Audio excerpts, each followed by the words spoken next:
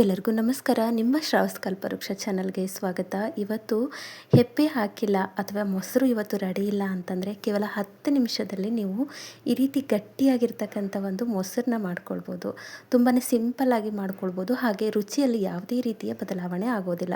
ಅಷ್ಟು ಸಿಂಪಲ್ಲಾಗಿ ಹೆಪ್ಪಾಕದೇ ಇರ್ತಕ್ಕಂಥ ಹಾಲನ್ನ ನಾವು ಈ ರೀತಿ ಗಟ್ಟಿಯಾಗಿರ್ತಕ್ಕಂಥ ಮೊಸರನ್ನ ಯಾವ ರೀತಿ ಮಾಡ್ಕೊಳ್ಳೋದು ಅಂತ ನೋಡೋಣ.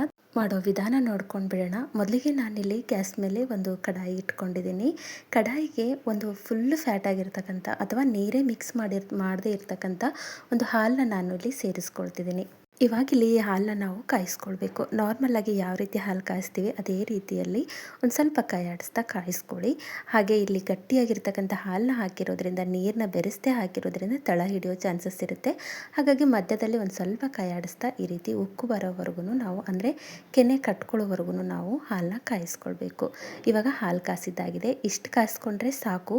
ಇಲ್ಲ ನಾವು ಮೊಸರು ಮಾಡಿದಾಗ ಒಂದು ಸ್ವಲ್ಪನೂ ನೀರಿನಂಶ ಇರಬಾರ್ದು ಅಂತಂದರೆ ಒಂದು 5 ನಿಮಿಷ ಕುದಿಸ್ಕೊಳ್ಳಿ. ಆ ರೀತಿ ಕುದಿಸೋದ್ರಿಂದ ಇದರಲ್ಲಿರ್ತಕ್ಕಂಥ ಎಕ್ಸ್ಟ್ರಾ ನೀರು ಆವಿಯಾಗಿ ಹೋಗುತ್ತೆ. ಹಾಗಾಗಿ ಆ ರೀತಿ ಕುದಿಸ್ಕೊಂಡಾಗ ಮೊಸರು ಮಾಡಿದಾಗ ಒಂದು ಹನಿ ಕೂಡ ನೀರು ಬರೋದಿಲ್ಲ. ಇಲ್ಲ ಪರವಾಗಿಲ್ಲ ಅಂತಂದರೆ ಇಷ್ಟಕ್ಕೆ ಗ್ಯಾಸ್ನ ಆಫ್ ಮಾಡ್ಕೊಳ್ಳಿ. ನಾನು ಕೂಡ ಇಲ್ಲಿ ಜಾಸ್ತಿ ಕಾಯಿಸ್ತಿಲ್ಲ. ಇವಾಗ ಗ್ಯಾಸ್ನ ಆಫ್ ಮಾಡಿ ಇಟ್ಕೊಳ್ಬೇಕು. ಹಾಲು ಉಗುರು ಬೆಚ್ಚಗೆ ಆಗೋವರೆಗೂ ನಾವು ಹಾಲನ್ನು ತಣ್ಣಗೆ ಮಾಡ್ಕೊಳ್ಬೇಕು. ಹಾಗಾಗಿ ಗ್ಯಾಸ್ನ ಆಫ್ ಮಾಡಿ ಈ ಸೈಡಲ್ಲಿ ಹಾಲನ್ನ ನಾನು ಬಿಸಿ ಆರಲಿಕ್ಕೆ ಬಿಟ್ಕೊಂಡಿದ್ದೆ.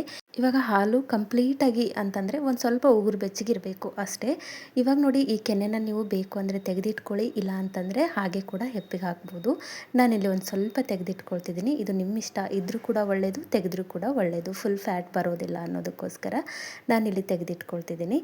ಇವಾಗ ನಾವು ರೆಡಿ ಮಾಡಿರ್ತಕ್ಕಂಥ ಉಗುರು ಬೆಚ್ಚನೆ ಹಾಲಿಗೆ ಹೆಪ್ಪಾಕ್ಕೊಳ್ಬೇಕು. ಇವಾಗ ಹೆಪ್ಪಿಗೆ ಹಾಕಲಿಕ್ಕೆ ನಾನಿಲ್ಲಿ ಒಂದು ಈ ರೀತಿ ಒಂದು ಬಟ್ಟಲು ತೊಗೊಂಡಿದ್ದೀನಿ. ನಿಮಗೆ ಯಾವುದು ಇಷ್ಟನೋ ಅದೇ ರೀತಿಯಲ್ಲಿರ್ತಕ್ಕಂಥ ಒಂದು ಸ್ಟೀಲ್ ಅಥವಾ ಮಣ್ಣಿಂದ ಏನಾದರೂ ಇತ್ತು ಅಂದರೆ ಅದನ್ನು ಕೂಡ ಬಳಸ್ಕೊಳ್ಬೋದು. ನಾನಿಲ್ಲಿ ಸ್ಟೀಲ್ ಬಟ್ಟಲನ್ನ ತೊಗೊಂಡಿದ್ದೀನಿ. ಈ ರೀತಿ 1 ಸ್ಪೂನು ಅಥವಾ ಒಂದು ಅರ್ಧ ಸ್ಪೂನು ಮೊಸರು ಹಾಕಿ ಈ ರೀತಿ ಎಲ್ಲ ಕಡೆ ಸ್ಪ್ರೆಡ್ ಮಾಡ್ಕೊಳ್ಳಿ.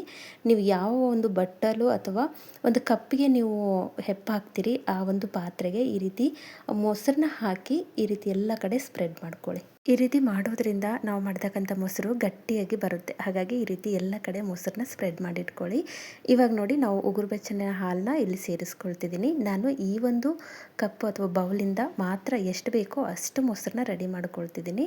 ಹಾಗಾಗಿ ಅರ್ಧ ಪ್ರಮಾಣದಲ್ಲಿ ಹಾಲನ್ನ ತೊಗೊಂಡಿದ್ದೀನಿ. ನೀವು ಬೇಕು ಅಂದರೆ ಪೂರ್ಣ ಪ್ರಮಾಣದಲ್ಲಿ ಕೂಡ ಹಾಲನ್ನ ತೊಗೊಳ್ಬೋದು. ಇವಾಗ 1 ಸ್ಪೂನ್ ಆಗುವಷ್ಟು ಮೊಸರನ್ನ ಸೇರಿಸ್ಕೊಂಡಿದ್ದೀನಿ. ಹುಳಿ ಮೊಸರಾದರೂ ಪರವಾಗಿಲ್ಲ ಅಥವಾ ನಾರ್ಮಲ್ ಹುಳಿ ಇಲ್ಲ ಅಂತಂದ್ರೂ ನಡೆಯುತ್ತೆ. ಹಿಂಗೆ ಹುಳಿನೇ ಇರಬೇಕು ಅಂತೇನಿಲ್ಲ. ಹಾಕಾದ್ಮೇಲೆ ಒಂದ್ಸರಿ ಒಂದು ಸ್ವಲ್ಪ ಕೈ ಆಡಿಸ್ಕೊಳ್ಳಿ, ಸಾಕು.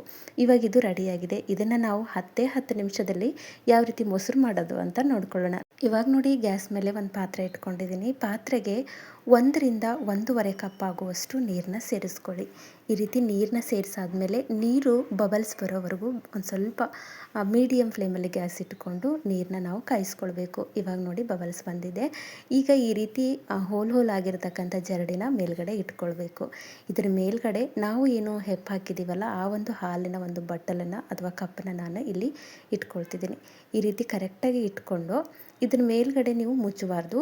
ಕಂಪ್ಲೀಟಾಗಿ ಈ ಎಲ್ಲ ಪಾತ್ರೆ ಕವರ್ ಆಗೋ ರೀತಿಯಲ್ಲಿ ಈ ರೀತಿ ಒಂದು ಕ್ಲೋಸ್ ಆಗಿರ್ತಕ್ಕಂಥ ಒಂದು ತಟ್ಟೆ ಅಥವಾ ಲಿಡ್ಡಿಂದ ಕ್ಲೋಸ್ ಮಾಡಿ. ಈ ರೀತಿ ಕ್ಲೋಸ್ ಮಾಡಿ ಮೀಡಿಯಮ್ ಫ್ಲೇಮಲ್ಲಿ ಇಟ್ಟು ಗ್ಯಾಸ್ನ 10 ನಿಮಿಷ ಕೈ ಬಿಟ್ಬಿಡಿ. ಗ್ಯಾಸ್ ಆನೇ ಇರಬೇಕು. ಇವಾಗ ನೋಡಿ, 10 ನಿಮಿಷ ಆಗಿದೆ. ತೆಗೆದು ತೋರಿಸ್ತಿದ್ದೀನಿ. 10 ನಿಮಿಷದಲ್ಲಿ ನಾವು ಹೆಪ್ಪಾಕಿರ್ತಕ್ಕಂಥ ಒಂದು ಹಾಲು ಮೊಸರಾಗಿ ಕನ್ವರ್ಟ್ ಆಗಿದೆ. ತುಂಬಾ ಸಿಂಪಲ್ಲಾಗಿ ಮಾಡ್ಕೊಳ್ಬೋದು. ನಿಮಗೆ ಅನ್ನಿಸ್ತಿರ್ಬೋದು, ಈ ರೀತಿ ಮಾಡೋದ್ರಿಂದ ಸ್ವೀಟ್ ಏನಾದರೂ ಹಾಳಾಗುತ್ತಾ ಅಥವಾ ರುಚಿ ಏನಾದರೂ ಬದಲಾಗುತ್ತಾ? ಇಲ್ಲ, ನಾರ್ಮಲ್ಲಾಗಿ ನೀವು ಯಾವ ರೀತಿ 12 ಗಂಟೆ ಅಥವಾ 8 ರಿಂದ 9 ಗಂಟೆ ಮಾಡಿರ್ತಕ್ಕಂಥ ಮೊಸರು ಇರುತ್ತೋ ಅದೇ ರೀತಿಯಲ್ಲಿ ರುಚಿ ಇರುತ್ತೆ. ಇವಾಗ ನೋಡಿ ತೋರಿಸ್ತಿದ್ದೀನಿ. ಒಂದ್ಸರಿ ಈ ರೀತಿ ಚೆಕ್ ಮಾಡ್ಕೊಳ್ಳಿ. ಇನ್ನೂ ಆಗಿಲ್ಲ ಅಂತಂದರೆ ಇನ್ನೊಂದು 10 ನಿಮಿಷ ನೀವು ಫ್ಲೇಮ್ನ ಮೀಡಿಯಮಲ್ಲಿ ಇಟ್ಕೊಂಡು ಕಾಯಿಸ್ಕೊಳ್ಬೋದು. ಕಂಪ್ಲೀಟಾಗಿ ಒಂದು 10 ರಿಂದ 15 ನಿಮಿಷ ಬಿಟ್ಕೊಂಡಿದ್ದಾಯಿತು ಅಂದರೆ ಗಟ್ಟಿಯಾಗಿ ಮೊಸರು ರೆಡಿಯಾಗುತ್ತೆ. ನೋಡಿ, ಎಲ್ಲೂ ಕೂಡ ಚಾಕುಗೆ ನೈಫಿಗೆ ಹತ್ತುತ್ತಿಲ್ಲ. ಇವಾಗ ಇದನ್ನು ನಾವು ಕಂಪ್ಲೀಟಾಗಿ ತಣ್ಣಗಾಗಲಿಕ್ಕೆ ಬಿಡಬೇಕು. ಹಾಗಾಗಿ ಗ್ಯಾಸ್ನ ಆಲ್ರೆಡಿ ಆಫ್ ಮಾಡಿದ್ದೀನಿ. ನೋಡಿ, ಒಂದು 10 ರಿಂದ 15 ನಿಮಿಷ ನಿಮಗೆ ಮೊಸರು ರೆಡಿಯಾಗಿದೆ ಅಂದಾಗ ಗ್ಯಾಸ್ನ ಆಫ್ ಮಾಡ್ಕೊಳ್ಳಿ. ಇಲ್ಲ ಇನ್ನೂ ಆಗಿಲ್ಲ ಅಂತಂದರೆ ಇನ್ನೊಂದು 10 ನಿಮಿಷ ಬಿಡಿ. ಯಾಕಂದರೆ ಹಾಲು ಮೇಲೆ ಕೂಡ ಡಿಪೆಂಡ್ ಆಗಿರುತ್ತೆ ಕೆಲವೊಂದು ಸರಿ. ಹಾಗಾಗಿ 10 ನಿಮಿಷದಲ್ಲೇ ಆಗಿಲ್ಲ ಅಂದರೆ ಇನ್ನೊಂದು 10 ನಿಮಿಷ ಬಿಟ್ಟು ಬೇಯಿಸ್ಕೊಂಡಾಗ ಅಥವಾ ಬಿಸಿ ಮಾಡಿಕೊಂಡಾಗ ಇದೇ ರೀತಿ ಗಟ್ಟಿಯಾಗಿ ಮೊಸರು ರೆಡಿಯಾಗಿರುತ್ತೆ ನೋಡಿ. ಎಷ್ಟು ಪರ್ಫೆಕ್ಟ್ ಆಗಿದೆ. ನಾನು ಒಂದು ಸ್ವಲ್ಪ ಬಿಸಿ ಭಾಳ ಇತ್ತು, ಹಾಗಾಗಿ ತಣ್ಣಗಾಗ್ಲಿಕ್ಕೆ ಬಿಟ್ಟಿದ್ದೀನಿ. ಕಂಪ್ಲೀಟಾಗಿ ಕೋಲ್ಡ್ ಆಗಬೇಕು ಅಂತಂದರೆ ನೀವು ಫ್ರಿಜ್ಜಲ್ಲಿ ಒಂದು ಸ್ವಲ್ಪ ಬಿಸಿ ಆರಾದಮೇಲೆ ಫ್ರಿಜ್ಜಲ್ಲಿ ಎತ್ತಿಟ್ಕೊಳ್ಬೋದು. ತುಂಬಾ ಪರ್ಫೆಕ್ಟ್ ಆಗಿದೆ. ನೀವು ಎಡ್ಜಸ್ಸಲ್ಲಿ ನೋಡಿದಾಗ ಗೊತ್ತಾಗುತ್ತೆ ಮೊಸರು ಯಾವ ರೀತಿ ರೆಡಿಯಾಗಿದೆ ಅಂತ. ಈ ಒಂದು ಟ್ರಿಕ್ಸ್ನ ನೀವು ಹಾಲಿಗೆ ಹೆಪ್ಪಾಗದೆ ನೆನಪು ಹಾರಿದಾಗ ಅಥವಾ ಮನೆಗೆ ಯಾರಾದರೂ ಗೆಸ್ಟ್ ಬಂದಾಗ ಇನ್ಸ್ಟೆಂಟಾಗಿ ಮೊಸರು ಬೇಕು ಅಂದಾಗ ನೀವು ಬಳಸ್ಕೊಳ್ಬೋದು. ರುಚಿಯಲ್ಲಿ ಯಾವುದೇ ರೀತಿಯ ಬದಲಾವಣೆ ಇರೋದಿಲ್ಲ. ನಾರ್ಮಲ್ ಆಗಿ ನಾವು ಹೋಲ್ ಡೇ ಅಥವಾ ಹೋಲ್ ನೈಟು ಹೆಪ್ಪಾಕಿ ಯಾವ ರೀತಿ ಮೊಸರನ್ನ ರೆಡಿ ಮಾಡಿರ್ತೀವಿ ಅದೇ ರೀತಿಯಲ್ಲಾಗುತ್ತೆ. ಅದ್ರ ಜೊತೆಗೆ ಇಲ್ಲಿ ಏನು ಅನಾರೋಗ್ಯಕರವಾಗಿರ್ತಕ್ಕಂಥ ಮೊಸರು ಅಂತ ತಿಳ್ಕೊಳ್ಳೋ ಅವಶ್ಯಕತೆ ಇಲ್ಲ.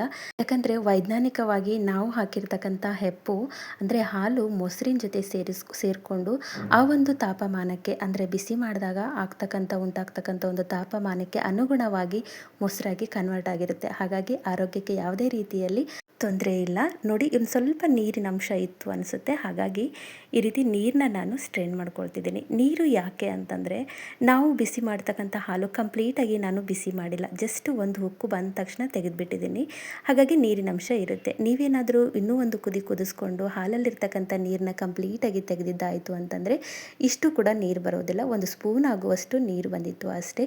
ನೋಡಿ ಎಷ್ಟು ಗಟ್ಟಿಯಾಗಿದೆ. ನಾವು ಹಾಕಿರ್ತಕ್ಕಂಥ ಒಂದು ಬಟ್ಟಲಿನ ಒಂದು ಸ್ಟ್ರಕ್ಚರಲ್ಲೇ ಗಟ್ಟಿಯಾಗಿ ಮೊಸರು ಬಂದಿದೆ. ಹಾಗೆ ನೈಫಿಂದ ನಾನು ಚೆಕ್ ಮಾಡಿದಾಗ ಯಾವ ರೀತಿ ಕೊರೆದಿತ್ತೋ ಅದೇ ರೀತಿಯಲ್ಲಿ ಒಂದು ಮಾರ್ಕ್ ಬಿದ್ದಿದೆ. ಇವಾಗ ಒಂದು ಸ್ಪೂನಿಂದ ತೆಗೆದು ತೋರಿಸ್ತಿದ್ದೀನಿ. ನೋಡಿ ಎಷ್ಟು ಪರ್ಫೆಕ್ಟಾಗಿ ಕಟ್ ಆಗ್ತಿದೆ ಅಲ್ವಾ. ಬಿಸಿ ಆರಿದಾದ್ಮೇಲೆ ನೀವು ಈ ರೀತಿ ಕಟ್ ಮಾಡ್ಕೊಳ್ಬೇಕು.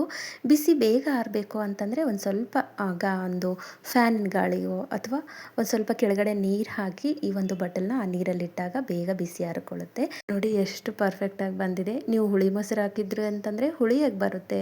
ನಾರ್ಮಲ್ ಆಗಿ ಆಗಿರ್ತಕ್ಕಂಥ ಮೊಸರು ಹಾಕಿದ್ರಿ ಅಂದರೆ ನೀವು ಯಾವ ಟೇಸ್ಟಲ್ಲಿರ್ತಕ್ಕಂಥ ಮೊಸರನ್ನ ಹಾಕಿರ್ತೀರಿ ಅದೇ ಟೇಸ್ಟಲ್ಲಿ ನಿಮಗೆ ಮೊಸರು ಔಟ್ಪುಟ್ಟಾಗಿ ಬಂದಿರುತ್ತೆ. ನೋಡಿ, ಪ್ರತಿ ಒಂದು ಸ್ಪೂನ್ ಕೂಡ ಅದೇ ರೀತಿಯಲ್ಲಿ ಗಟ್ಟಿಯಾಗಿಯೇ ಬರ್ತಿದೆ. ತುಂಬಾ ಇನ್ಸ್ಟೆಂಟಾಗಿ ಮಾಡ್ಕೊಳ್ಬೋದು. ಒಂದು 10-15 ನಿಮಿಷದಲ್ಲಿ ಹಾಲಿನ ಮೇಲೆ ಕೂಡ ಡಿಪೆಂಡ್ ಆಗಿರುತ್ತೆ. ಹಾಗಾಗಿ ಒಂದು 10-15 ನಿಮಿಷದಲ್ಲಿ ಇನ್ಸ್ಟೆಂಟಾಗಿ ಆಗ್ತಕ್ಕಂಥ ಒಂದು ಗಟ್ಟಿ ಮೊಸರು. ಮನೇಲಿ ಹಾಲಿದ್ರೆ ಸಾಕು, ನಾವು ಮೊಸರಿಗಾಗಲಿ ಒಂದು ಅರ್ಧ ದಿನ ಅಥವಾ ಒಂದು 12 ಗಂಟೆ ಅಥವಾ 6 ಗಂಟೆ 8 ಗಂಟೆ ಕಾಯೋ ಅವಶ್ಯಕತೆಯೇ ಇರೋದಿಲ್ಲ. ಬೇಗ ಈ ರೀತಿ ಇನ್ಸ್ಟೆಂಟಾಗಿ ಈ ಒಂದು ಮೊಸರನ್ನ ಮಾಡ್ಕೊಳ್ಬೋದು. ರುಚಿಯಲ್ಲೂ ಕೂಡ ತುಂಬಾ ಪರ್ಫೆಕ್ಟ್ ಆಗಿರುತ್ತೆ. ಐ ಹೋಪ್ ಇವತ್ತು ನಾನು ಮಾಡಿರ್ತಕ್ಕಂಥ ಈ ಒಂದು ಇನ್ಸ್ಟೆಂಟ್ ಮೊಸರಿನ ರೆಸಿಪಿ ನಿಮಗೆ ಭಾಳ ಇಷ್ಟ ಆಗದ ಅಂದ್ಕೊಳ್ತೀನಿ. ಇಷ್ಟ ಆಗಿದ್ದರೆ ದಯವಿಟ್ಟು ನನ್ನ ಚಾನಲ್ನ ಸಬ್ಸ್ಕ್ರೈಬ್ ಮಾಡ್ಕೊಳ್ಳಿ. ಹಾಗೆ ಈ ಒಂದು ರೆಸಿಪಿನ ನಿಮ್ಮ ಫ್ರೆಂಡ್ಸ್ ಆ್ಯಂಡ್ ಫ್ಯಾಮಿಲಿಗೆ ಶೇರ್ ಮಾಡಿ.